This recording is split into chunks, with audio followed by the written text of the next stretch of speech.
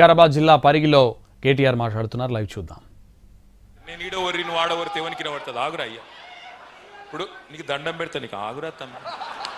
ఈ ఈ ఈ ఈ కోపమంతా ఎలక్షన్లో చూపెట్టాలి, గీడ నా మీద చూపెడితే వస్తుంది. ఇప్పుడు నేను మిమ్మల్ని అందరినీ కోరేది ఒకటే, ఇటువంటి జూట మాటలు ఒకటి కాదు రెండు కాదు 420 చెప్పిండ్రు. 420 హామీలు ఇచ్చి 420 మాటలు చెప్పి ఇవాళ ఓట్లు వేయించుకున్నారు. 2 పంటలకే ఇస్తావా కేసీఆర్, 3వ పంటకి ఇయ్యావా రైతు బంధు అన్నాడు. యాదుకున్నదా? మరి అలా రైతు బంధు పడుతుందా? కేసీఆర్ ఉన్నప్పుడేమో మీకు నాట్లప్పుడు రైతు బంధు పడేది, ఇప్పుడేమో ఓట్లప్పుడు మాత్రమే పడుతుంది. పార్లమెంటుకు ఒకసారి ఇచ్చిండు, అట్లాగే పంచాయతీ ఎన్నికలకు ఒకసారి ఇచ్చిండు. మళ్ళా ఇప్పటి వరకు రైతు బంధు లేదు, 3 సార్లు ఎగ్గొట్టిండు. మరి ఇప్పుడు రేవంత్ రెడ్డి గారు ముఖ్యమంత్రి, ఆయనతో నాకేం వ్యక్తిగతంగా పంచాయతీ లేదు. ఆయననే అన్నాడు కదా, కేసీఆర్ అంటున్నాడు మేము కాంగ్రెస్ వస్తే రైతు బంధు బంద్ అవుతుంది అంటున్నాడు. మాకేమన్నా దిమాకు లేదా, మేమేమన్నా దివానాగాళ్ళమా అన్నాడా లేదా? మరి అడగాలనా లేదా ముఖ్యమంత్రి గారిని? 3 సార్లు రైతు బంద్ ఎగ్గొట్టిన ఏమనాలా? ఏమనాలా? నేనేమంటలేనా? నేనైతే ఏమంటలేను. మళ్ళీ ఏమనంటే నేను ముఖ్యమంత్రిని తిట్టిండు, వీనికి అహంకారం అని మళ్ళీ నన్ను తిడతారు, లేనిపోని బాధ. ఆయన చెప్పిందే చెప్తున్నా, నేను కొత్తగా ఏం చెప్తలేను. ఇంకా చాలా చెప్పిండు, చాలా ఉన్నాయి.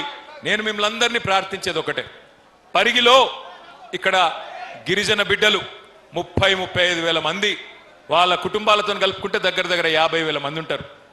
ఎస్సీ ఎస్టీలకు ఏం చెప్పిండు రేవంత్ రెడ్డి గారు? కేసీఆర్ దళిత బంధు ఇస్తున్నాడు, 10 లక్షలు ఇస్తున్నాడు. నేను రాగానే ఎంత ఇస్తా అన్నాడు?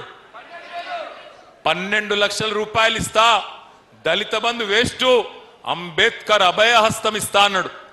పరిగిల ఒక్కలకన్నా 12 పైసలు వచ్చినాయి. ఎవరికన్నా 12 పైసలు. ఇంకొక మాట చెప్పిండు ఎస్సీ ఎస్టీలకు, మీ అసైన్డ్ భూములు అన్నీ ఉన్నాయి కదా, వాటికి పట్టాలు ఇస్తా, అమ్ముకోండ్రి, మంచిగా పిల్లలకి ఇచ్చుకోండ్రి అని చెప్పిండు. ఇచ్చిండా ఒక్కలకన్నా? ఇప్పుడు భూములు గుంజుకుంటుండా లేదా? ఇప్పుడు పరిగిలో భూములు గుంజుకుంటుండా లేదా?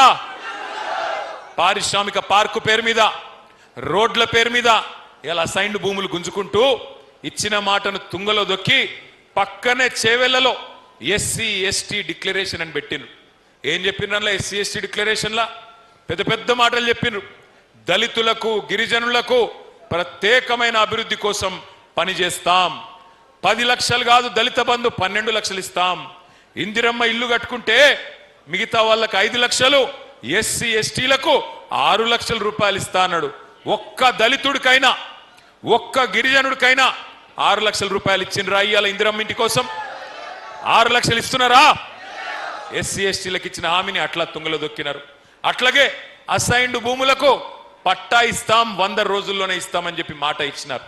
ఇవన్నీ మాత్రమే కాదు, ఇంకొక ముఖ్యమైన మాట చెప్పిన